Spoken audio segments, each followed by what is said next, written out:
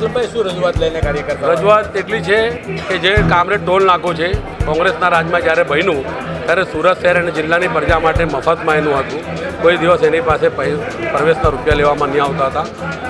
પરંતુ 2014માં ભારતીય જનતા પાર્ટીની સરકાર આવી અને સુરતની પ્રજાને જિલ્લાની પ્રજાને લૂંટવાનો પરવાનો આપ્યો હોય એ મિજારદાર દ્વારા એના ટોલ નાકાની શરૂઆત કરવામાં આવી હતી. તે સમયે પણ કોંગ્રેસના સૌ આગેવાનો સામાજિક અને બીજા અન્ય આગેવાનો ભેગા થઈને આંદોલન ચલાવ્યા હતા. એની ફળશ્રુતિ રૂપે એ ટોલ નાકો પર જે સુરતની પ્રજા અને જિલ્લાની પ્રજા માટે રૂપિયા લેવામાં આવતા તે બંધ કરવામાં આવેલ. પરંતુ ફાસ્ટેગની શરૂઆત થઈ પછીથી પાછો પરવાનો સરકારે એને આપી દીધો હોય એમ સુરત શહેર અને જિલ્લાની લાખો જનતાને જે રોજ અવર જવર કરે છે અને કરોડો રૂપિયા વાર્ષિક કરોડો રૂપિયાની લૂંટમાર એ સીધી રીતે સરકારના પરવાનાથી ઇજારદાર કરી રહ્યો છે. એની સામે ફરીથી અમે બધા ભેગા થયા છે. દર્શનભાઈની આગેવાનીમાં સૌ ગામના શહેરના જિલ્લાના તમામ લોકો આગેવાનો ભેગા થઈને રજૂઆત કરશું. લોકોના હિતમાં રજૂઆત કરશું. લોકોને આર્થિક લૂંટવાનો પરવાનો સરકારશ્રી તાત્કાલિક બંધ કરે.